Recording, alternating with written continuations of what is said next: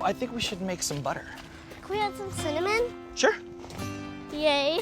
So we're gonna make this homemade from scratch using... heavy whipping cream. We'll cover it up with a towel. This prevents the splatter.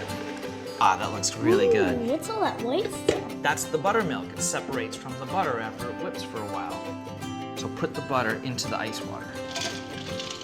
Wash it. Smell the cardamom. Oh. Cinnamon. Cinnamon is sourced from Vietnam and it comes from the bark of a tree. You know what else is cool?